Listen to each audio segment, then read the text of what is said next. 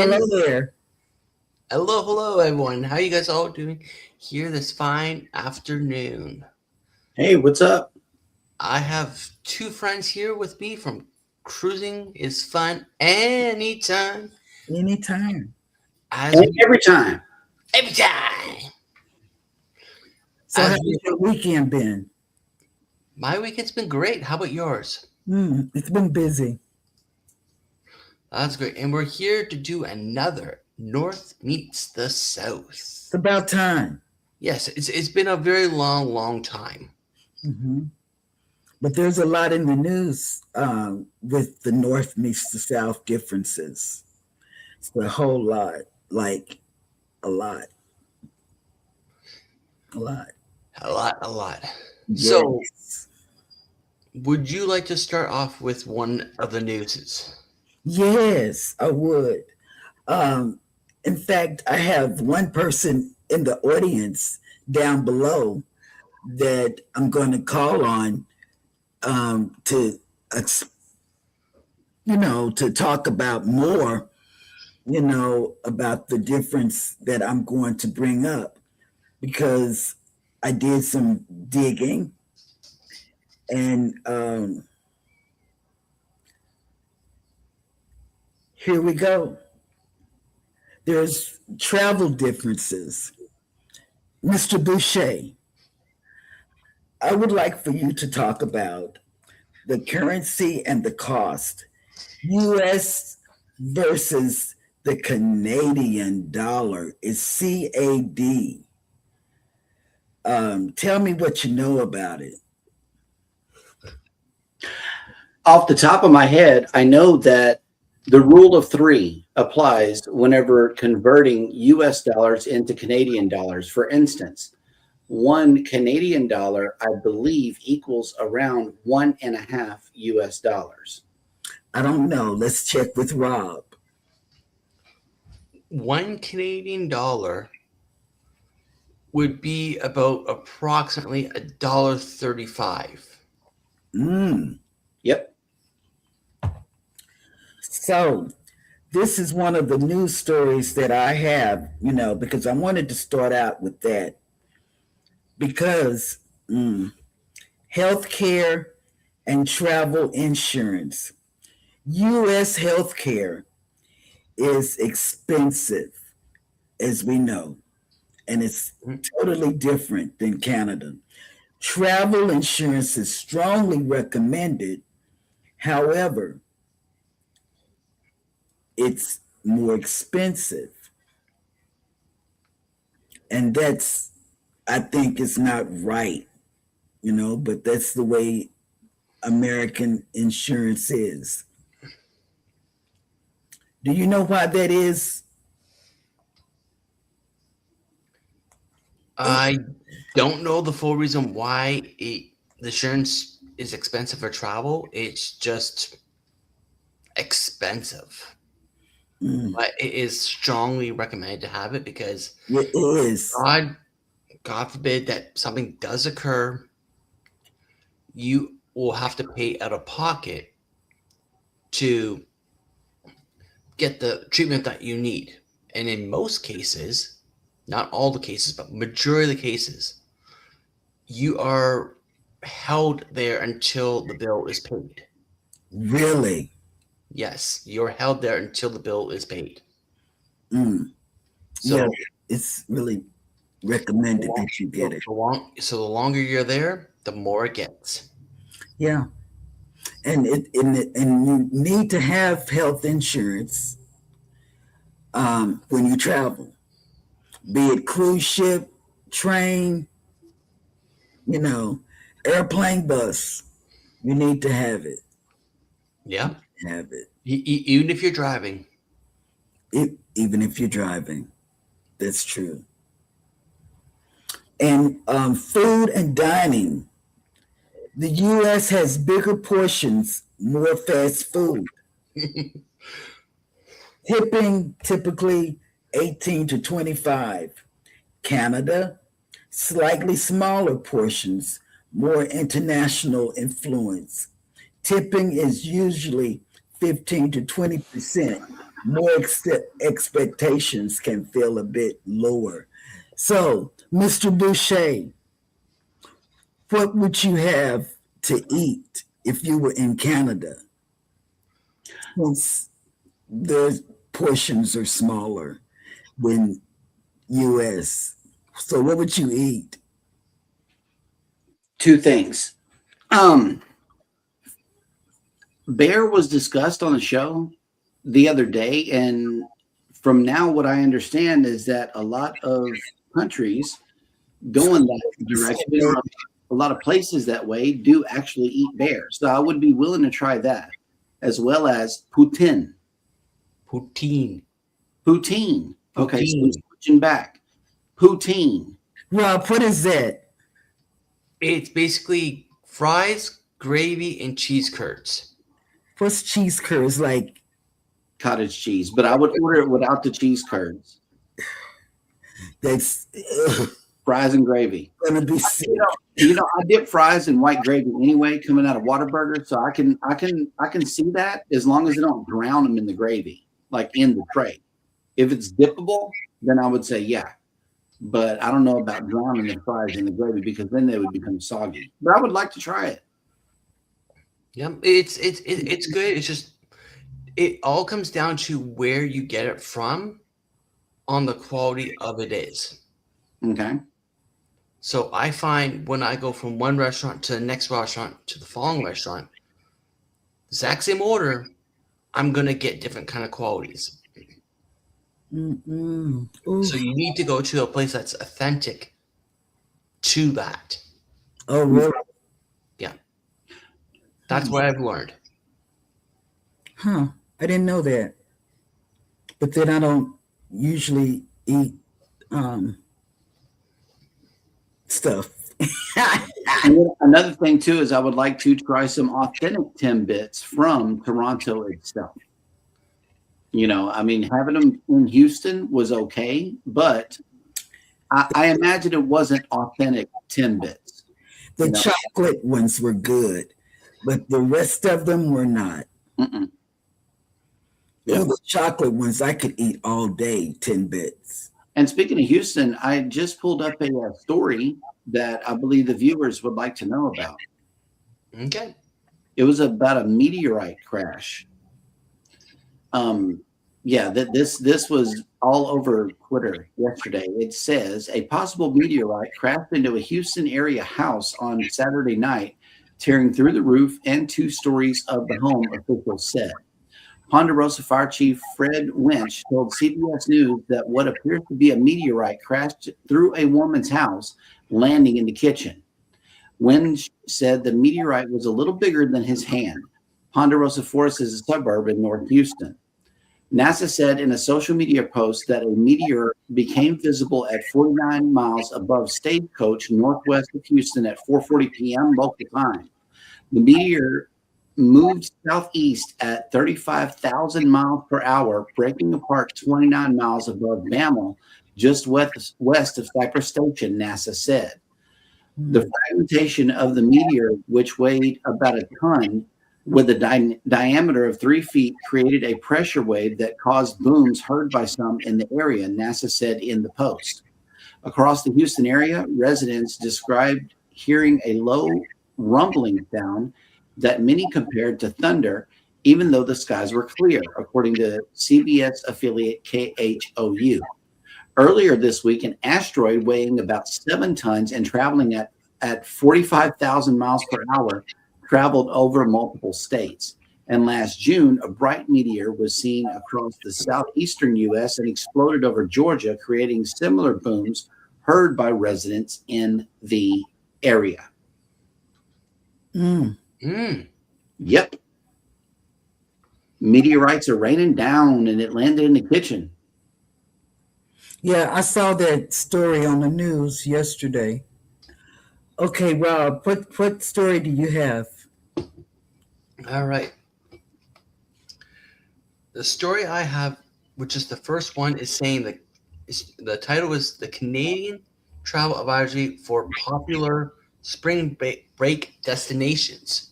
Oh, really? Y'all have spring break up there, huh? Yes, we have spring break. We are just finishing off spring break. Okay. Yep. And it reads, before planning your getaway, it's important to review the latest Canadian travel advisory updates, which highlights key safety risks and entry requirements for destinations around the world. The Government of Canada encourages travelers to check country-specific rules, such as passport, validations, visas, and other entry conditions before departing, as they can vary widely. These advisories aren't meant to discourage travel, but to help you stay informed and prepared so you can enjoy your trip safely, whether you're heading to the Caribbean resorts or exploring historical European cities this spring break. Mm. So they are always encouraging us to check the virus and the risk level to see if it is safe to go there or not. And that refers right back to what you were just talking about in relationship to travel insurance. Hmm. It's best to have it because if you have travel insurance and you got the canceled for any reason, if it is you're going to a destination where it's classified, say, category 4, Hmm. which is a high risk area, you could say, no, no, I'm not going to go because it's not safe to go. And you can use the cancel for any reason and get back all or what you can get back and shift it to another destination or just go another time. And I But have something to talk about, and you or Jeremy can jump in. The I don't know, Rob, about TSA in Canada. I'm pulling it up. Get out of my head. Are you guys are you guys having problem with TSA not working? well, up here it's called CASA, Uh-huh.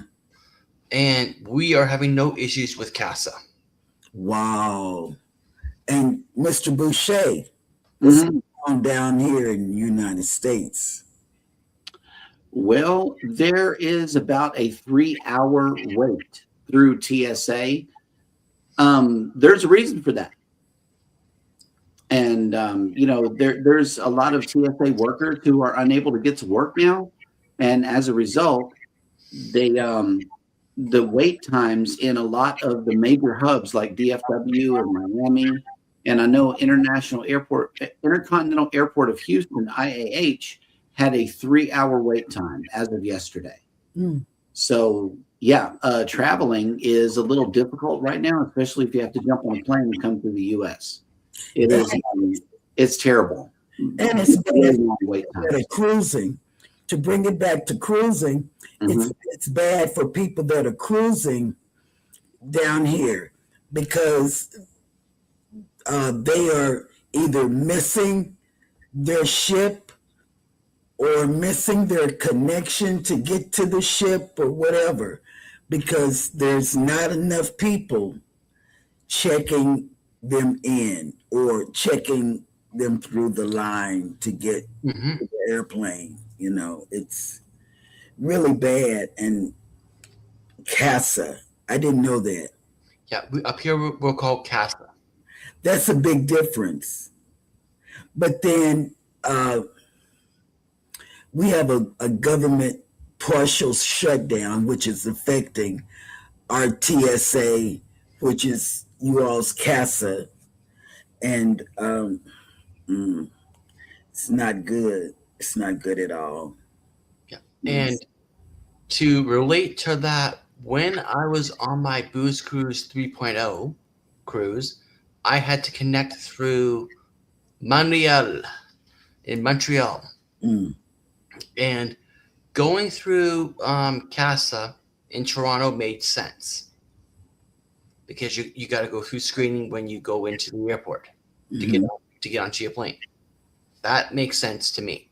But once I got to Montreal, we had to do it again, even though we didn't leave the secured area, but we were going over to the U.S. gates. So the question I put out there is, what potentially could I have on me now that I didn't have on me before I went through? For example, I can't bring a soda bottle with me through to the U.S. gates when I'm in Montreal, even though I landed in Montreal already from Toronto. So I found that interesting. But on the way home in Montreal, I did not have to do it.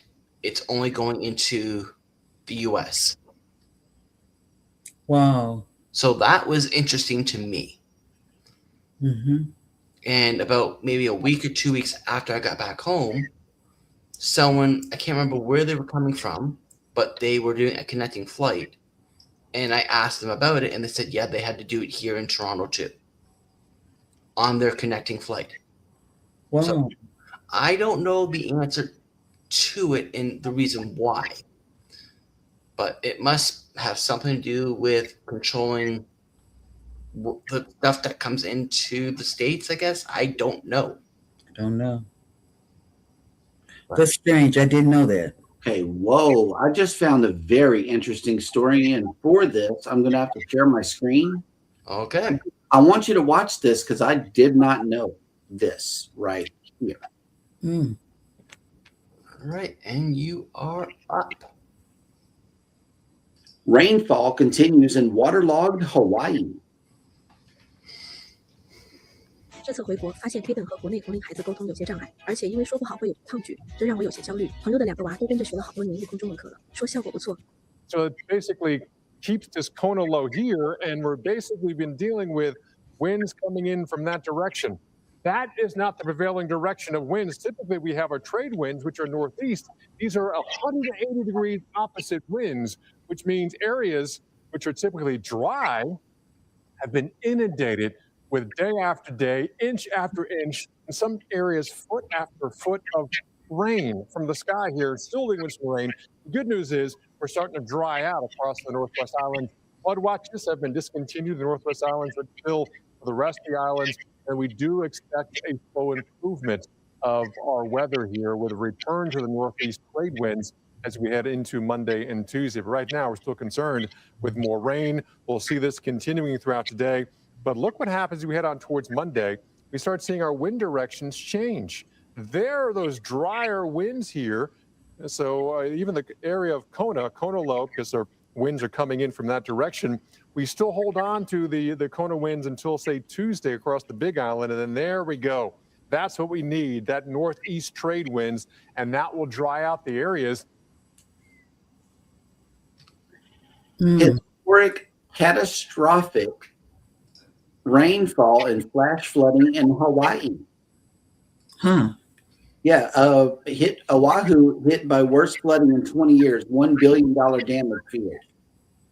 That's sad. Yep. Very, very sad.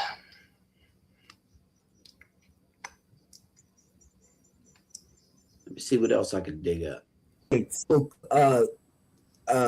languages in Canada, they have English, and French. French is basically in Quebec, and English is basically the language of the United States. However, we are having different nationalities coming, like Asia, Spanish, Korean. We have different languages like that, but the official language is English. But where you are, Rob, do they speak French or? It's more English. Really? Yeah. The French is Quebec and the surrounding border areas. So Can you speak I French? can say just a couple words in French, and that's it. Really? Just a couple words. So I can't hold a conversation. I think that is so neat. You know, have you ever been to Quebec? I've been to Montreal, which Really? happens to be in Quebec. Really? Okay. And I've driven through Quebec. Well, not driving through Quebec, but I've been through Quebec by vehicle, by train, by air. I haven't done by bus yet. Hmm. So I've gone all the way up to the East Coast, except Newfoundland and Labrador. There's more. There's more differences than I knew, because I thought that most of Canada could speak French, but it's just Quebec and the surrounding areas. Correct. See, I didn't know that. That's put Yeah. that in my memory bank. And our prime minister, which is basically like your president, Yes, I think he is so wonderful. they need to be able to speak French. Really? So I will not be the prime minister. Oh, okay. But I think that is, I love you all's prime minister. Everyone that you've ever had, I think they're the bee's knees. I think they're the best. Yeah. So what's your next story? My next story is talking about the U.S. border crossing from Canada down 24% as U.S. predicts a loss billions. Canadians are avoiding travel to the U.S. with return trips down nearly 24% year over year, impacting business and local economies that rely on tourism. Depends strongly crossing borders ties and increases like Las Vegas hotels accepting the Canadian dollar at par. Travel between the two countries remains simply lower. So basically, I could potentially go to Las Vegas and pay basically in the Canadian dollar at par. So if it's $150, here's $150 Canadian. And it's going to be treated as American dollars. Because you guys got funny money. Ours is that funny money. Mm-hmm. Give me 1 second. Okay. I have another interesting, very, very interesting, but it's kind of like world news. It's not necessarily U.S., but this is cool. It could be, awesome.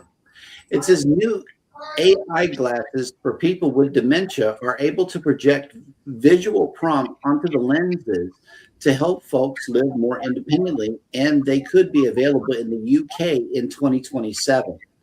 The latest news comes after the glasses vowed both test patients in their homes and a panel of judges. They can guide people living with early stage dementia through daily activities by identifying common objects and providing audio commentary, or answer questions while projecting visual prompts onto the lenses. By asking gentle questions, the glasses AI companion called Wispy understands and learns a person's unique way of doing things, with the AI adapting to each user's needs as their dementia progresses. Wispy will even talk through what to do when a person cannot remember a particular step in a process. In test trials, 3 out of 4 patients reported a significant improvement to their quality of life, thanks to the glasses and Wispy's tips developed from the UK company CrossSense. And then there's hang on, I'm going to project this screen. That way you can see what I see, because this is awesome. Y'all see that? It says the water is boiling. Be careful, Tim. That's what it has, a visual thing that you can read, and a danger sign right here. That and warning written out. So this could be a really, really good thing for people with dementia. I wanted to share that with y'all. And Rob, let's talk about the weather difference, because that's a big difference. Here we get tropical, desert, and snowy. There you get what? We get winter confetti, Okay. storms, and sometimes during the summer times we can even get into hailstorms. Really? But they aren't as common as the winter confettis. Oh, wow. Because that's a big difference. Your weather is a big difference. Now, when we talk about temperatures, it can drop extremely low very fast. If you are out in the Manitoba area, they can even go as low as -40. Oh, wow. That's just too cold. That's talking Celsius. So that would be like around about -10, -15 Fahrenheit, give or take. Huh. What kind of wildlife have you seen up there? I've seen beavers. Really? I've seen all types of birds. Some eagles? Eagles, yep. Get out. Snakes. What? Yep, snakes. Oh, I would think it would be too cold. Rob goes camping, so Okay. I imagine you've seen a lot. So I've seen a lot of wildlife. Bears? Bears, moose. Really? Yep. Huh. Coyotes, I see them quite frequently. Coyotes. I often wonder where coyotes come from when they're coming across the water or whatever. Deer. Huh. The list goes on and on. Get out. How about yourself? I have never come across any type of wild animal. I do not go out. I do not go seeking wild animals, and I not ever in life, other than in a zoo, seen a wild animal. Never. And the older I got, I don't go to zoos because wild animals tend to get out of the cage and attack people that are at the zoo. So I don't even go to the zoo anymore. I stay inside. I just do. I'm so scared of things. If I stay in my house, nothing can get me. So it's about that time. So Rob, what do you have going on for the rest of the week? Unfortunately, I have to report back to work. Oh. I did not hit those 6 lucky numbers on Friday. So I guess I gotta go back to work. I have my weekly posts I put up on Mondays and Thursdays. And then my Tuesday's joke of the week with my food reviews on Wednesdays. And of course, we can't forget about the lip syncing on Fridays. Oh yeah, I like those. And Mr. Boucher, what do you have going on for the rest of the week?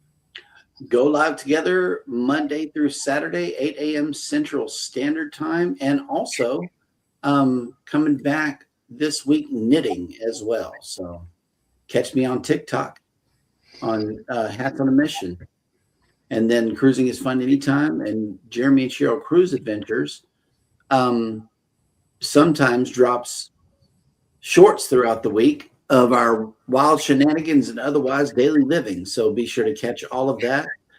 We want to thank Rob for having us on the show today. Yep. Definitely. Thank you for coming. And we will be